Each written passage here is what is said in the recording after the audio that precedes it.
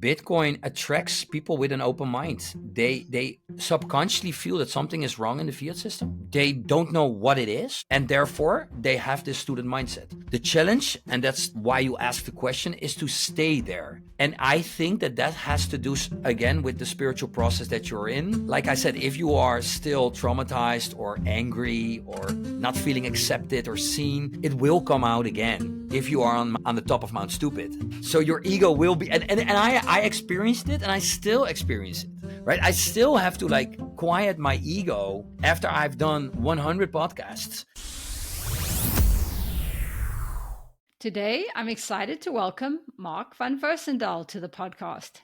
Marc is the Bitcoin-centered entrepreneur, founder of Bitcoin Economics Unseen, and host of the Mark My Words show in Dutch. Welcome to the Bitcoin Edge, Marc.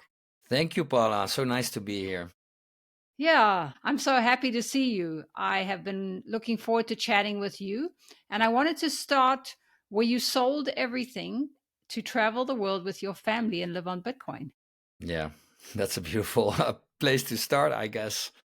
So yeah, what can I say? It's 2025 now while we are recording, and it started. My spiritual awakening started in, I guess, 2017, 2018.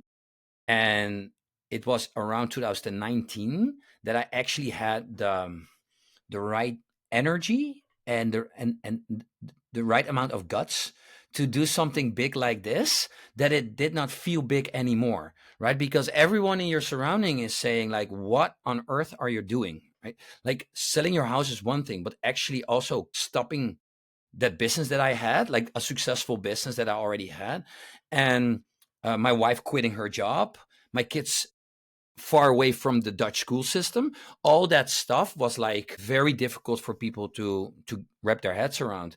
And then if you make a decision like that, you already have your own fears to overcome. And if everyone in your surrounding is also going to project their fears on you, that makes it really, really hard. And especially if they get a little bit emotional or angry about it as well, by moms, dads, right? Those people around your family are like, what are you doing? You have two little girls. They need to go to school and you're taking so much risk. And what are you doing? Your company, you throw your company away, or the sweat equity that you have put into your company, you throw it all away, blah, blah, blah. And also we had this beautiful house in the harbor of Scheveningen. It was like the best place ever. And yet it did not make us happy. So for us, it was an easy decision from the inside out. But from the outside in, it was the strangest decision ever for almost everyone. So I think this is a beautiful place to start. Yeah. And that does sound like the perfect life. What was it that was missing? That's a very interesting question. I have to now think about it again, because of course, in hindsight, I'm now much wiser than I was back then. So now I can create a beautiful, rational narrative about why I did it back then. But I don't think I already had all those insights that I have right now. I've grown a lot especially while we were traveling the world. You grow so much, so fast, subconsciously. So especially if you stop writing because you're simply experiencing with your kids, you're simply in the moment the whole time. So it's very difficult to then also be aware of all that is what you're experiencing, right? And writing it down and what does it do to me.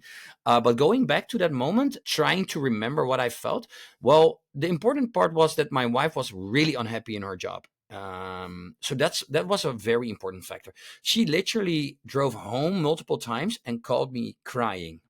Like, why am I in this mess? Why am I at a company that does not do the things that I want to be doing? With a no, toxic vibe is too harsh, but especially not the vibe that she looked for in a job. And for me, it became clear that I was using too much alcohol and even drugs also on the weekends to have a little bit of fun. Like I was literally running away from the average day to look forward to the weekend and spend way too much money on dinner, right? On food. So next level classy food, but almost every day. Like I felt so much emptiness. Which is why I also joined this this more spiritual oriented group of entrepreneurs, because I already felt something that was not there, but I did not know what, and I was escaping through various ways. Like alcohol, food, drugs is one thing, like to have some fun, but also like too much workout without a purpose, like losing myself in it.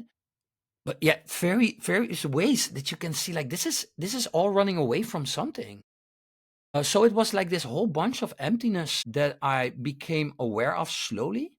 And then when you meet other people that are further down in that process of A, already accepting that emptiness, that is a fact that you are sensing and feeling, but B, already like doing stuff different.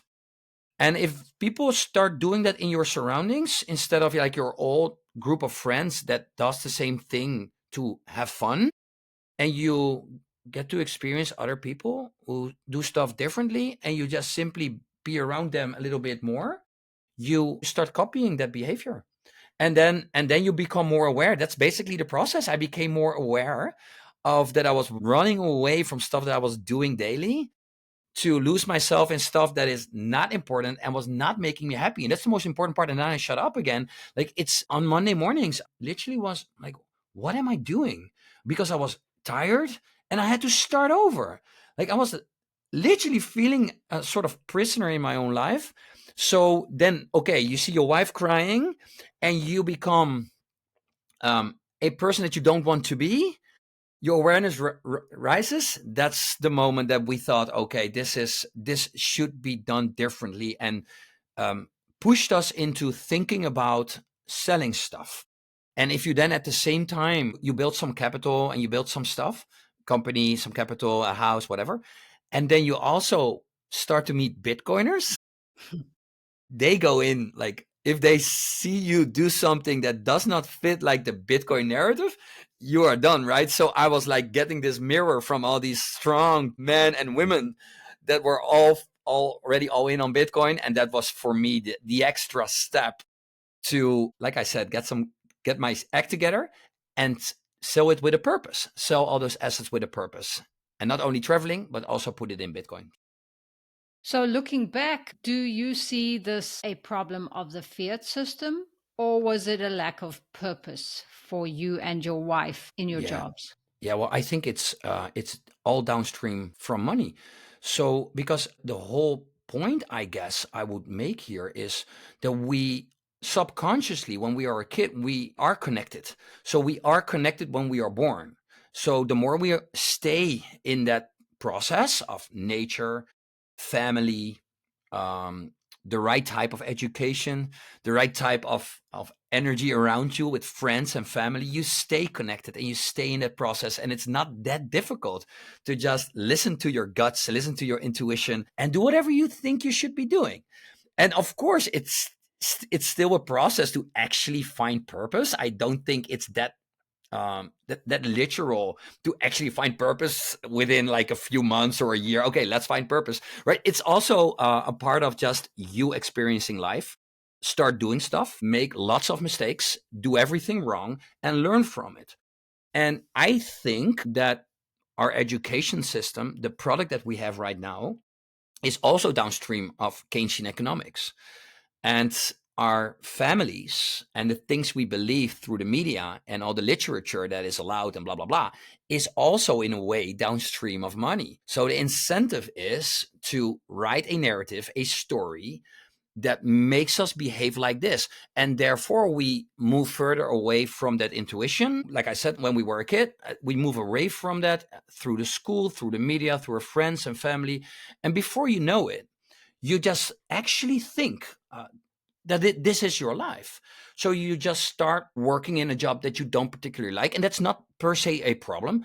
If you then still like go through that process, be aware of it, learn from it, and then make another decision. But instead, we get feedback from our surroundings. No, this is life. You should actually stay in this position forever. This is what success looks like. And so please stay there. And then if you also think about when you start learning, and that, again, this is not what I knew back then, but if you start learning about the history of money and the debt-based monetary system, then you also start to understand that it makes sense that we act like this. We automatically are part of a rat race if money becomes worth less every day. Like you have to work harder for less every day. And if you are subconscious about it, you just start acting out to your wife, to your husband, to your kids, to your friends, to your family. You simply subconsciously start hating your life without knowing why. And I think this is an issue. And if you then meditate some more or step out with at least one leg, you become aware of it. But most people aren't aware of it and just simply accept it as a fact. And I think that's definitely a product of the fiat system. Yeah, I am fascinated by your story because you didn't just sell your house and your business and travel the world. You went all in on Bitcoin. Did you have the conviction at that time? Well, I want to say yes because I did it. So I did it. I did it. I obviously I kept some money on the side because we knew we went traveling, and so that especially if you want to go to various places and create specific experiences, then you need some money to actually like finance that. So it was not quote unquote all in, but I'm an all in kind of guy.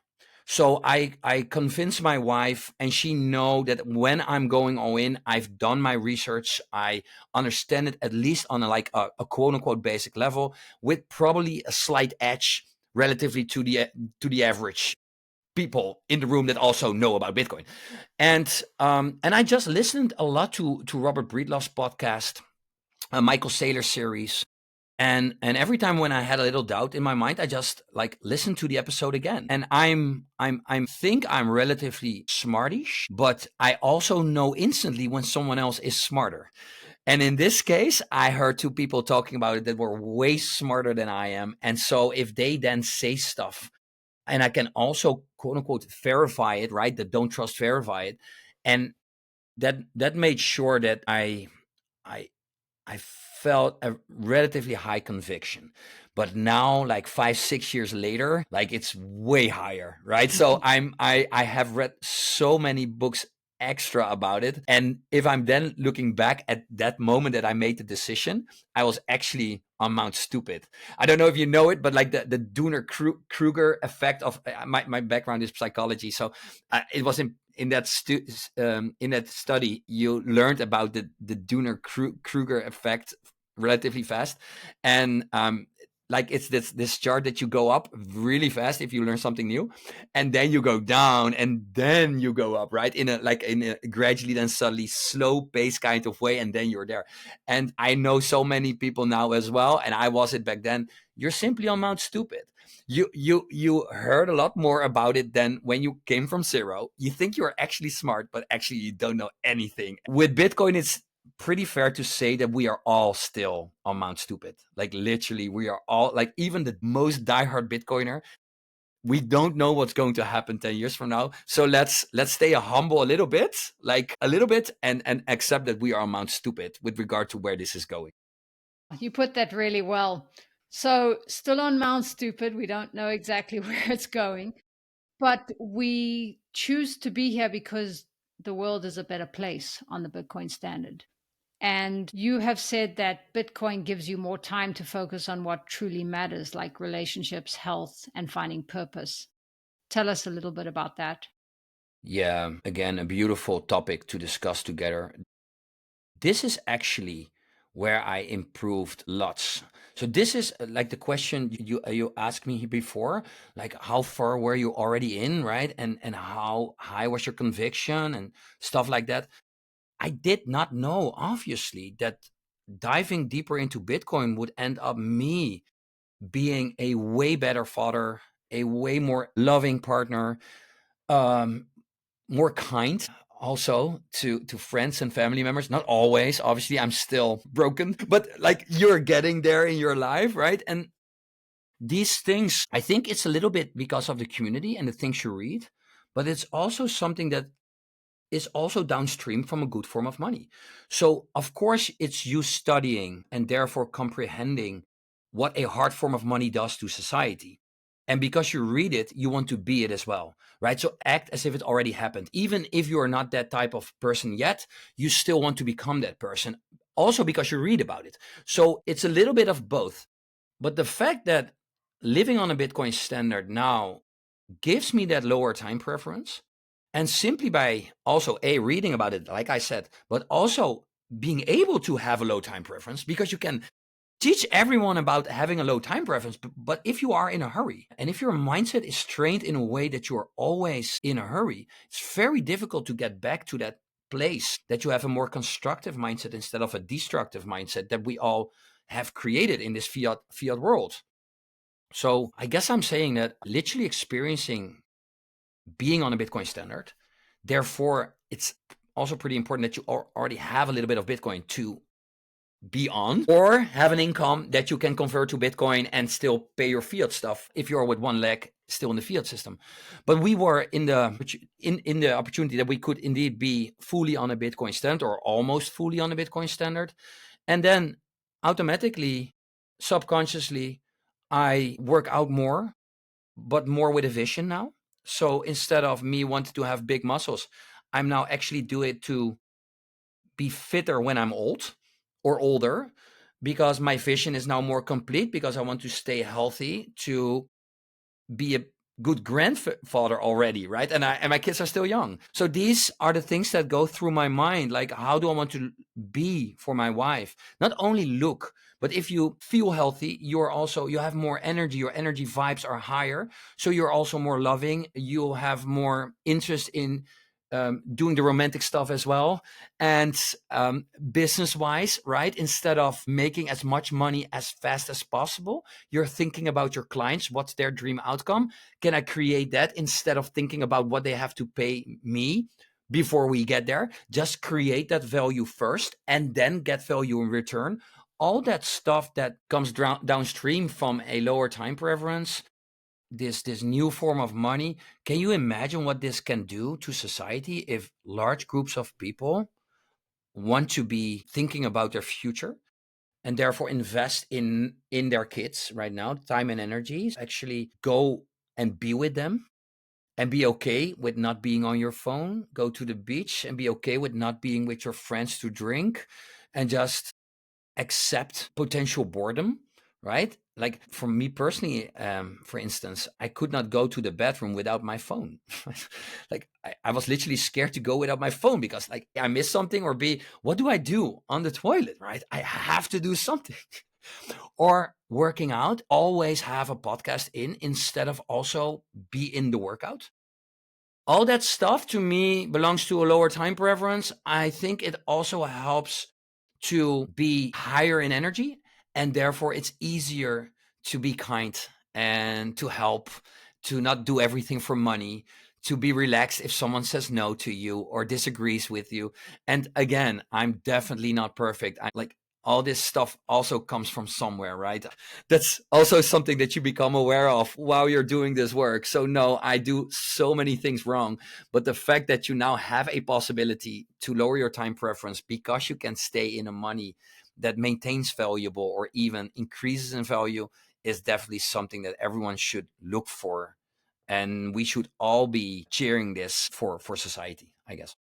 Yeah, that's a beautiful explanation. And I can feel how it's changed you and see it, even though I didn't know you before.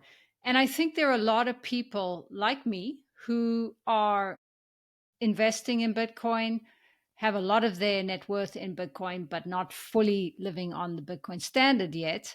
And I can hear that I want to get there because I do think it's a better world, but there's still a little bit of fear. And you mentioned that it is a better world, and Jeff Booth says when we're in the Bitcoin standard, which is a free market, right? We have 8 billion people in service of 8 billion people. And I know that that's possible, but there's still some fear. And also because of the things you mentioned, like people saying, yeah, are you crazy? You've got a great job. Yeah. So tell us a little bit about what it means to be a true Bitcoiner. You talked about it there, but is there anything else you can add? Yeah, of course. Like the fear is a very important part, I guess, because I went through that process already by making these impactful decisions by leaving your country, traveling the world with two young kids. Like, keep in mind, my youngest one, Jess, she was only 1 year and 3 months old. So I had to carry her every day while we were doing trails. So it's not the most attractive way to do a trail in Peru in the mountains if you know you also have to carry your daughter. Of course, I was like smiling the whole time, so I didn't bother. However, if you think back, then it's like not the ideal situation. And the reason why I share this is everything new feels really, really scary. And I think we need to learn as well. That's something I think we haven't learned or are not able to feel in our society as much is fear. It's there for a reason and it's okay. So just be fearful, like experience it, right? Feel the anxiety going through your veins or through your body and say, okay, I'm scared. So what? Like and then like if you like get it through your system, then after that process of just experiencing the anxiety, you start writing rationally, more rationally, but still from your heart, but also with a little bit of brain in there. Okay, let's assume that I go all in on Bitcoin. What could happen? So your worst case scenario, I write down worst case scenarios pretty often. And I don't get scared of them. I'm glad I see them in front of me. And then okay, let's already think through these scenarios. And what if it were to happen? What would I do next? Or what are my option B or option C plans? So of course you can decide to put like an X percentage in, keep it in fiat or put it in gold or put it in something you believe in as well as a form of a hedge. I know like most Bitcoiners hate that word because like you should be all in on Bitcoin, but all in is your own definition, I guess. And if you, like me, are able to create a business around Bitcoin, then it becomes really easy, of course, because people are attracted to the Bitcoin narrative and also want to pay you in Bitcoin. So now it becomes easier. But I still have clients that pay me in fiat, and almost all of it is converted automatically in Bitcoin. However, there is still like an account that is just like accepting fiat. And if the business needs to do a payment in fiat, I just do the payment in fiat. Privately, I have to pay people in fiat as well. But then you have more and more tools available that you can simply send euros or dollars, but pay for yourself with Bitcoin. So Strike is doing an awesome job, but you can even, I don't want to say this too loud on a Bitcoin podcast, but you can even use an exchange that has like a debit card and put a little amount of Bitcoin on an exchange, like $1,000 or so, or like, don't shoot me, and then use their debit card and to pay in shops where they don't accept Bitcoin. So it literally is that easy. But the only so practically it's possible for almost everyone, or perhaps from my point of view, for lots of people, it's practically possible. I cannot speak for the rest of the world because I don't know their situation. But the real challenge lays in the inner side, right? The fact that it feels scary because it's a new form of money, a decentralized, secure, new form of global money. And there's so much FUD, so much misinformation about it, that if it goes down, you don't have to look very far to see negative news about it. And of course, that makes you scary, right? You can be so confident about your own brain and your own research and your own edge. But if like nine people around you like say that you're stupid, it becomes really hard to not listen to that, and your inner voice is going to tell you you're stupid as well, and then you have that whole challenge again. So okay, and this is perhaps a nice conclusion to stop, like or to conclude with, is surround yourself with people that also are already in that process and also experiencing anxiety or difficulties, but also people who are already further down the line. And just like, yeah, don't worry, I had the same thing. If you are too scared, like do a little bit back in fiat and whatever, and just see what happens, and always reflect on the last year and the year prior and the year prior, and then see what your Bitcoin did and what your fiat did or whatever your house did, and just like compare it a little bit and take your time. Yeah, that's a very gentle approach. And like you said, people like Michael Saylor and Jeff Booth and Robert Breedlove discussing these things, and more, right? Talking to you. Every person I talk to are smarter than me and continuing to move forward. And it does give me a lot of hope. Yeah, you know what the fun part is? That if you start speaking your truth and from the heart, like people actually feel attracted to it. So once I start doing that, more and more people that are already quote unquote in that process, but not there quite there yet, they feel attracted to it. And they are like, okay, but why are you like this? You're almost always happy. And if you're not happy, you're honest about it. So you just share your emotions, which is fine. You seem like you do stuff that you actually like, which is why you're happy. And you seem like you really love your kids and you really love your wife and you really blah blah blah. Is that actually real? Is that possible? And I'm like, yeah, well, you don't have to believe my word on it. Just like join me in my time and just see for yourself. So like, don't trust but verify. And people actually feel attracted to that. And then they ask, of course, questions like, how come? And of course, for me, the answer is Bitcoin.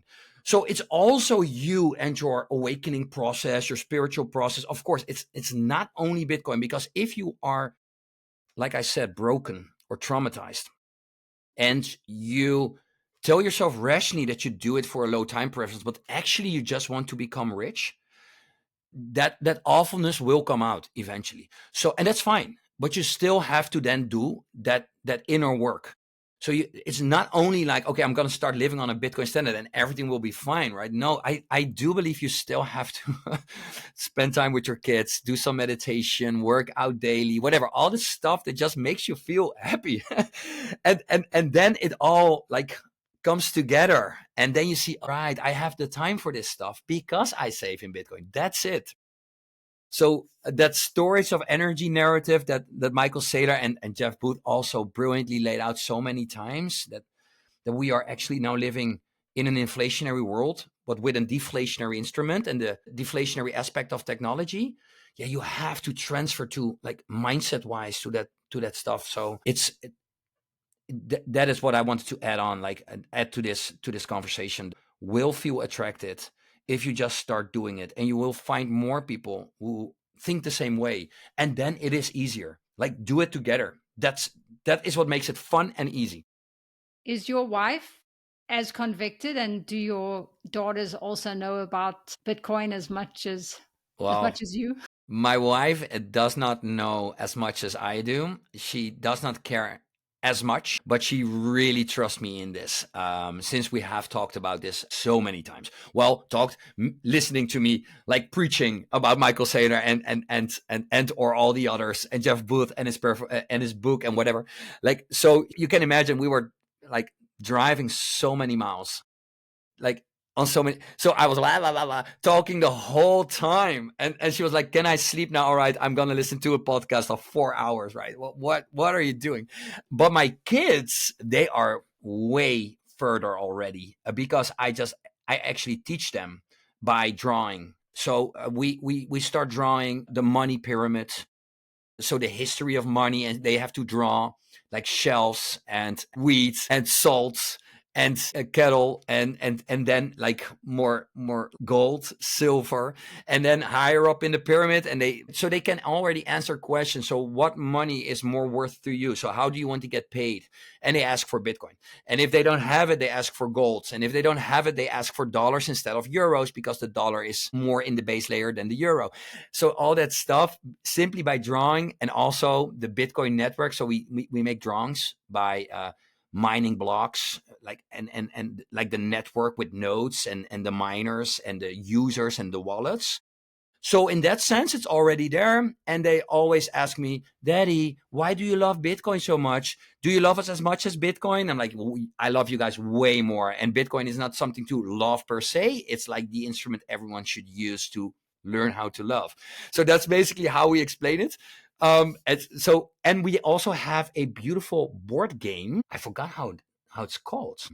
This is well, it is in English, but he is from the Netherlands, so that's why I also invited him to my Dutch podcast, the Mark My Word Show. Okay, it's for like kids a little bit older, like from 8-ish, 8 to like 14, 15, 16. However, my daughter of 7, because she already learned so much, she loves playing that. So to me, this is, especially if you want to help your family get there as well, you should probably invest a little bit and buy like a game like this. Wonderful. So we've talked a little bit about quietening your ego, but how do you do that to approach Bitcoin with a student mindset? That's a beautiful question. I don't know how someone, because everyone is different, but the way I do it is to surround myself constantly with smarter people. And one easy way to do that is to buy books, because they are smarter than probably I ever will be. So you mentioned Jeff Booth. If you read that book, it blows your mind. And then it's not only knowledge, it's insights. So you're just you shift your mind. And to then stay modest, you have to be surrounded with true Bitcoiners that are further than you already, because they keep you there. They like the stay humble stack sats quote, of course, is something that I also had to learn, because like I said, I was amount stupid. So I actually believed that I knew almost everything. And then if you stand on the shoulders of a new giant, like I call this my circle theory, right? You can only see so far within your own circle. And then if you stand on someone's shoulders and like, look, no, Mark, there's way more. There's so much more you don't even like, you cannot even imagine.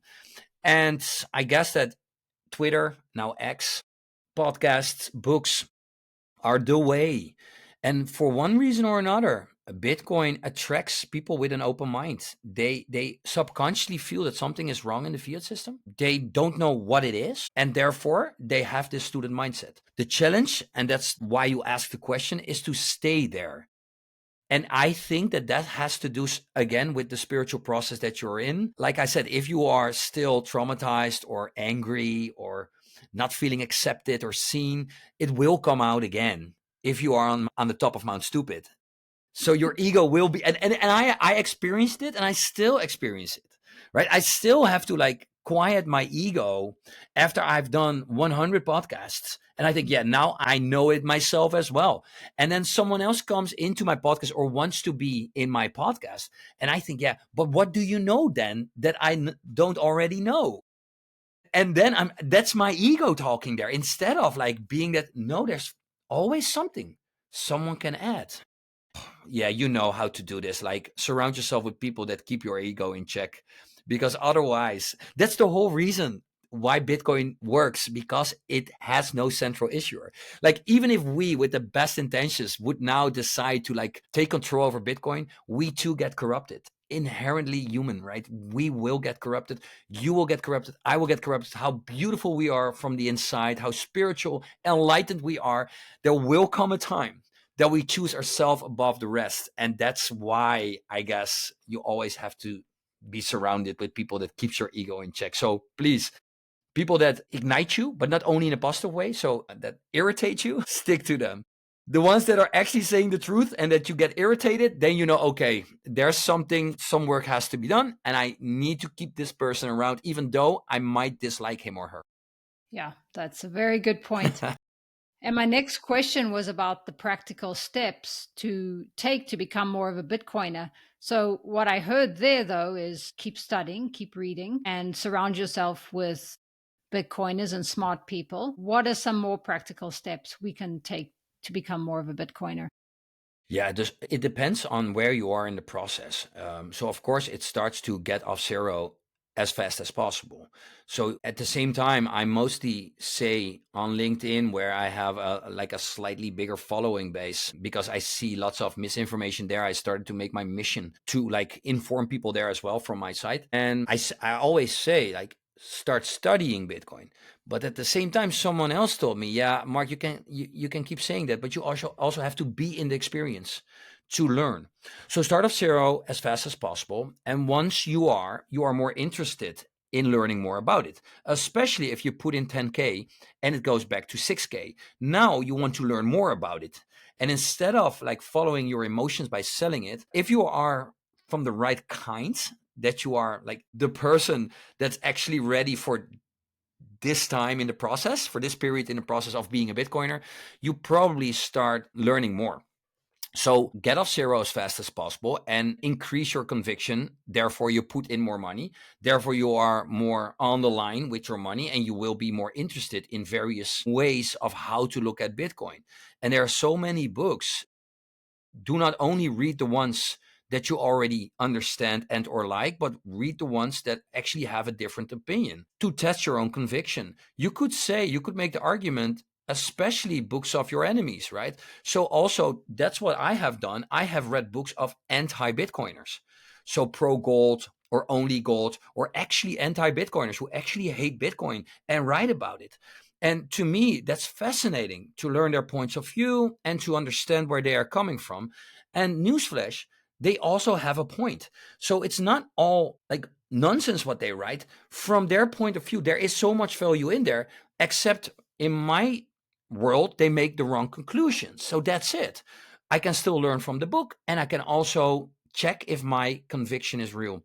So these steps are really, in my opinion, the ones you should take, because I know so many people that have read one book, like the Bitcoin Standard, for example, and then think, like I said, Mount Stupid, I'm now a Bitcoiner too. Yes, until your portfolio goes like down with 30 or 40%, and your neighbor or your nephew or your mom or your brother says Bitcoin is finished. Then you actually feel that anxiety again, like now, like we are back at 80K at the time of recording, or 82, 83, whatever. And the amount of messages that I've already received of like, is this the new bear market? Should I have sold the top? Why did I not sell? Why did you not advise me to sell? Now, all that stuff is happening the whole time. So be ready for that. And so the next practical step is actually be in a group of people. Like it can be a WhatsApp group, as easy as the X community. Be surrounded with lots of people that are able to act non-emotionally when new information comes in, and simply like give you the information in a more rational way. And then find the right tools to actually live on the Bitcoin standard. So look within your jurisdiction if it's possible, and if all the options that you need are available already. For example, Strike has more options in the United States than it has in Europe. So it's more easy on Strike to be in the state to be on the Bitcoin standard in the States than in Europe. But in Europe, you have other possibilities as well, and you just have to like ask around. There are so many smart people on X that simply give you the answer right away if you simply start asking. It's so easy. So then, okay, and now I'm done. It's, do you actually want it? Right? Do you actually want a life like that? And there lies a hidden like challenge, because we might think we want a life with a lower time preference. That means everything is a trade-off. So if you start living on a Bitcoin standard with a lower time preference, it might lead you to make some decisions based on that lower time preference that you cannot say yes to specific stuff that all your friends can say yes to. And if you then feel excluded or not part of your old friendships anymore, you have to be ready for that feeling as well. And if you then like go back to your old world right away because you're now feeling insecure or not accepted and not included, trust me, so many people feel this energy and then secretly go back. And at the same time, I see others that are like stronger from the outside. So they like, I don't know the exact word for it in English, but they move away from the friendship in a hard way by like, I'm not going to hang out with you anymore because you don't get it. And a more like, that's also not the right energy that you want to be in, right? You actually want to learn how to accept both situations and just like have a vision of your own, create from the inside out and actually start doing it. And then still be okay that your mom does not. And if they drink wine and you don't want to drink wine, or if they invest in a holiday for 2 weeks and you want to invest that in Bitcoin, simply say, oh, I can't. I would love to, but I have to invest it in Bitcoin or save it in Bitcoin. And next time I will be there, I guess. And if not, it's also fine. Have fun. I will be there next time. Right? It's so, but these types of dilemmas, trade-offs, they are only easy if you have a vision of your own. And I think that lots of people see Bitcoin going up, feel like a Bitcoiner, act like a Bitcoiner until bear market hits, and then don't feel like a Bitcoin anymore and simply like are too much fiat still. They still haven't like get rid of their fiat mindset and want everything happen too fast. That new house, whatever, the new car, or not, or perhaps even non-materialistic, perhaps even the freedom that they had in mind. You want that freedom as fast as possible, obviously, because then you can be free and do everything you like. However, those things take time as well. And the fiat system wants to pull you back. That's what I've learned, is whenever I made the decision, there will be moments in time that are like your absolute challenge of that quarter or that year. They want to pull you back. A job offer, for example, in which you make more money than you ever made before. Suddenly it's there. Oh, and you are going to convince your partner, should I go back? Because it's a lot of money. We can do this for 3 years, buy so much Bitcoin, and then be free. Right? These types of things happen to me as well. And then you have to be really strong to say, nope, that's not part of my vision. I stay guided from here. And again, it's so easier said than done, but because you still need the money to eat. So all these things are true at the same time, right? So don't think I'm like too idealistic to like understand these types of challenges. Definitely, I do understand them. And you have to figure out ways how to fit it in your lower time preference. Yeah, you touched on vacations, and time is our most valuable resource. So I sometimes think, well, we also have to live for today. So getting away with the family might be important because Yeah, we don't know if we're going to have tomorrow. exactly. Sometimes we don't. So it's finding that balance, right? Yes, and it's beautiful because this is, you want to be in Bitcoin so that you can be the best father, your best version of yourself. Spend the time with the ones you actually love instead of the ones that you want to like be seen by, because that's how most people live their life. So if you then prioritize Bitcoin above your family, that's weird. So this balance that you mentioned is really interesting. Like, okay, should we get some money out Bitcoin to have a beautiful weekend away? Obviously, like if you like do it at the same time, you have to like, these types of things aren't that difficult if you have a vision, because you will feel the answer. You will feel if it's the right moment to go away because you need it, and you, or that is actually you having that fiat mindset. You are just bored and want to go away with the family because otherwise you are unhappy, right? Some people are only going on a holiday because they hate their jobs. That's different, in my opinion, because then you should put it in Bitcoin so that you can move away from your job. Right? So these things are very interested. And yes, you always have to like check in with yourself. What do I need right now? Because there might not be a tomorrow. Beautiful point. How do you deal with the volatility? You mentioned it. How do you deal with it? Well, coincidentally, I had someone on the phone like 2 hours ago, and he was like sharing with me like, I don't feel it anymore. Right? So to me, it's no biggie. How do you respond to it? Like, yeah, I would really love to say I don't feel it anymore, but I do. And it doesn't matter how much it does matter how much I meditate and stuff like that. But since I also have like a Bitcoin economics unseen community, I have lots of entrepreneurs in my community, and we talk about all this stuff.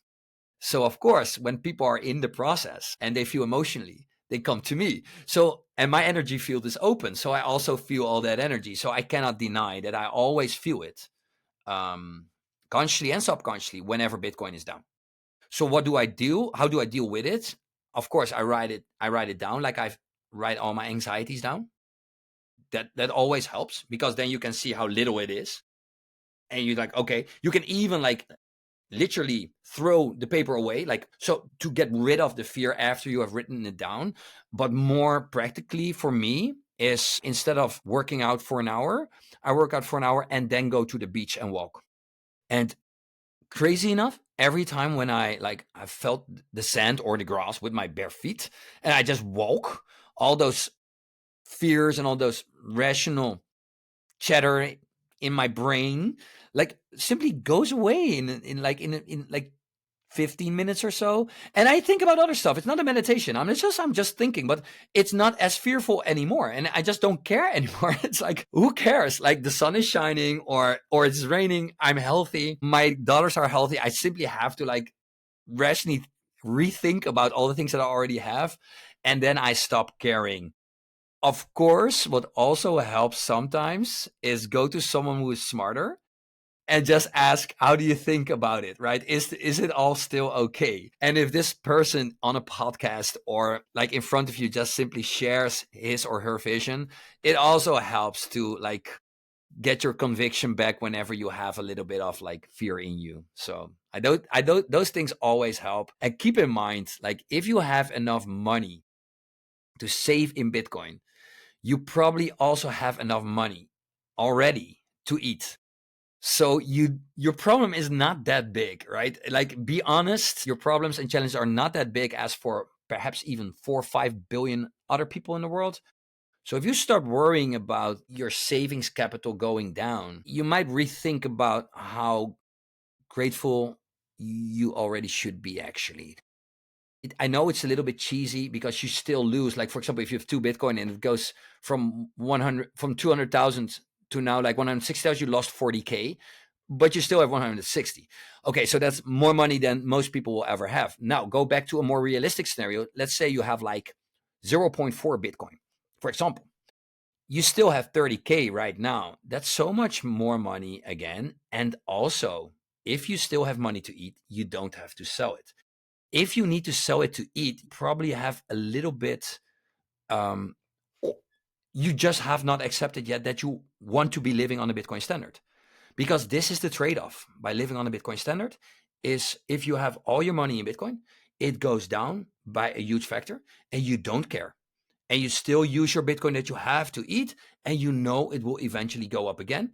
And if you have doubts about it going up back again, you should redo your homework. And if your homework then points you to it does not go up anymore, then you should probably not be on a Bitcoin standard because then you rationally are responsible for your family to not be fully all in. And that stuff, in my opinion, is not real. It will never happen. But if it were to happen, I still have to be rational and think about, okay, then I have to move away from this Bitcoin standard thing. So that's the worst case scenario is it goes to zero. Okay, what can I do then? Well, you probably have learned a little bit about the graphs and the technical analysis, and you know that after each drawdown, we have a recovery phase, like a moment in time that we have some kind of relief rally. So if you actually think, okay, it goes to zero, then wait for that relief rally and simply get out, right? It's all these things you can think about it, about all the worst case scenario, just to have a peace of mind when you are in the Bitcoin standard.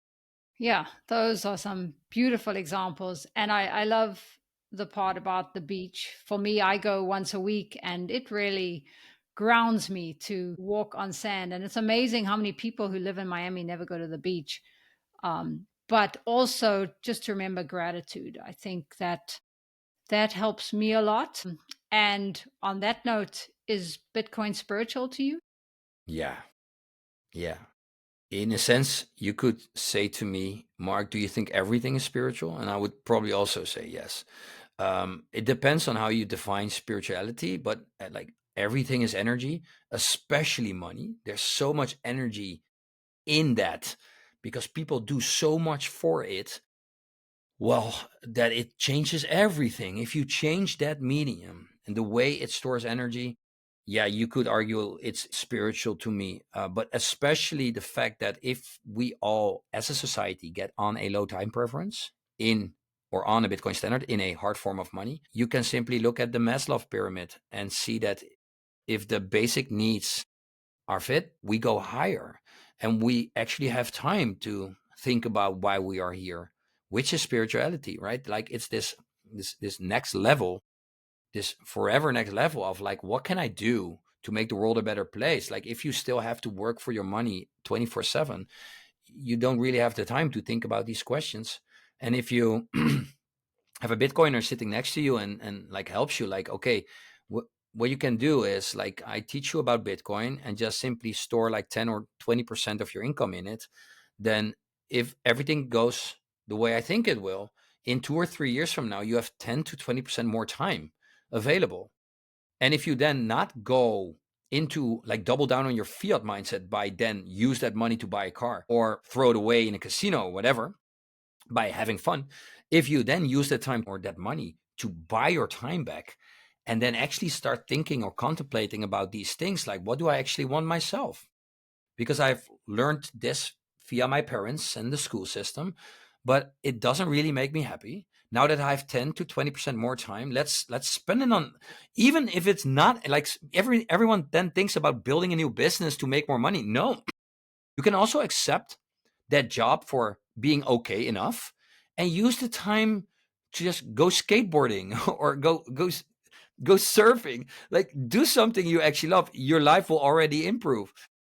Like, to me, it's sometimes it's so easy and we make it so difficult if we are in a phase in our lives that we don't particularly like, or we are in a job that we don't really love. You don't have to quit. You don't have to be an all-in kind of guy. Perhaps you have the qualities, characteristics that feel right to do something like it. I feel sometimes like, okay, I manage. Like, I will find something. I love talking, like you can, like you experience right now. So I will probably find something because I talk to lots of people about it, and we will find a way. But if you are less like that, you can still do the other things I said, and just try it out.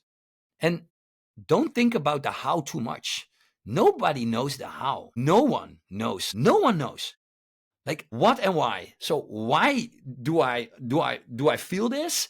What can I do about it? Simply start doing the first step, and actually shit starts to happen. It starts to shift. Small things. Don't be too greedy or too hasty. Just, oh, nice. Someone new in my life, and I learned something new. Okay, be grateful for it, and then continue that road. And if it all goes right, you will still feel anxiety, and you will still experiencing stuff that you don't like or are afraid of, because that's the whole point. You should learn to feel comfortable in uncomfortable situations, because otherwise you don't grow. Like, everyone is like on this like boring line in their lives.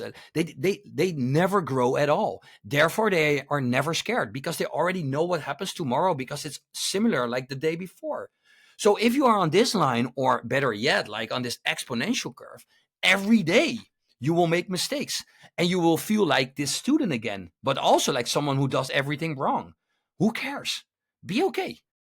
So, like, who the fuck cares? I'm like, if you get to that place that you really don't care, and you go to this new sport or this, and you're like, you feel every minute, like, and everyone is laughing, and you're just like, why are you laughing? I learn something new and I get better at it. This is the whole point. No, yeah. So sorry for me for like ranting on, but I'm like, go on this exponential curve. Every day should be a challenge. It will be more fun, and you will find new people, new signals, new ways to like guide you into, okay, you're on the right path. This is good. Yeah. You, I laugh because we all are kind of playing it safe. And yeah, most of my life I have played it safe. So the Bitcoin leap is a big one, but I also see that it's an exciting one. And yeah, you feel alive. So I like the what you described about the worst case scenario, because worst case is really not that bad. We can Not find that a way. bad. Sailor says it all the time, like volatility is vitality or something like it. When he said that, I thought, yeah, makes sense. And later I was like really sitting on it. That's interesting. You only actually live if you feel both sides. Like, so you can only feel real love if you also felt the other part, the other side. You can only be really like enthusiastic about something you have achieved if you also have failed. That's so it's they cannot go without each other. It's so fun to think about this. Like, okay, so Bitcoin goes up, but also down, which is why it lives. It lives. And if you are this boring person still and feeling like, do I actually live already?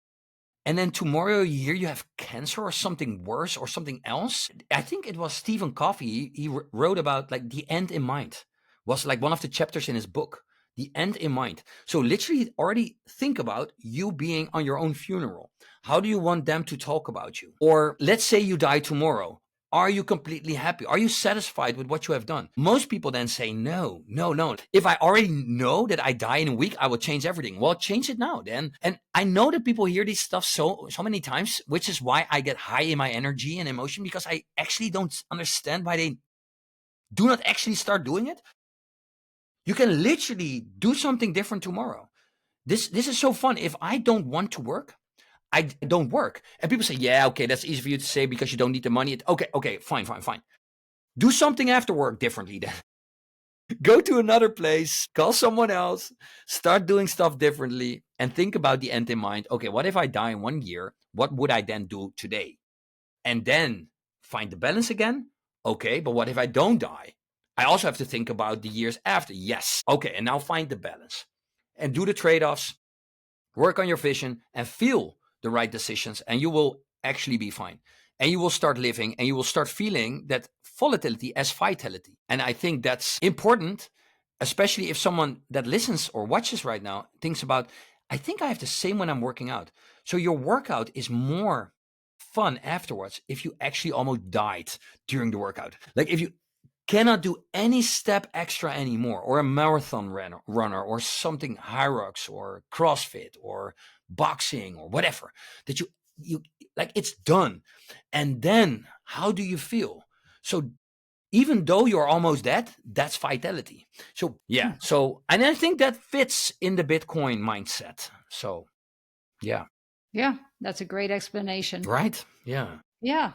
Just tell us a little bit about your business, Bitcoin Economics Unseen, and your show in Dutch. Do you reach a lot of people that way? Well, my decision to do the podcast in Dutch was because I already know there were so many beautiful podcasts already in English, and I felt a little bit as information asymmetry in the Netherlands. And also, even though we are relatively well educated by speaking English, I've also learned that people don't like English podcasts too much, especially not about finance, and so, because they find it difficult to follow. So that was the reason why I kept doing it in Dutch. I sometimes reach a lot of people. It depends on the guest in the show. And if I ramble on my own, I reach a good target audience. And I'm happy with that, because we reach people between 35 and 55. That's the biggest group, mostly male. We have a high conversion rate into the Bitcoin Economics Unseen community, which is a community where I teach people about Bitcoin, but also about the financial system. So the slogan is get educated in Bitcoin and finance, right? Financial and Bitcoin education. And then we create a community to do this together.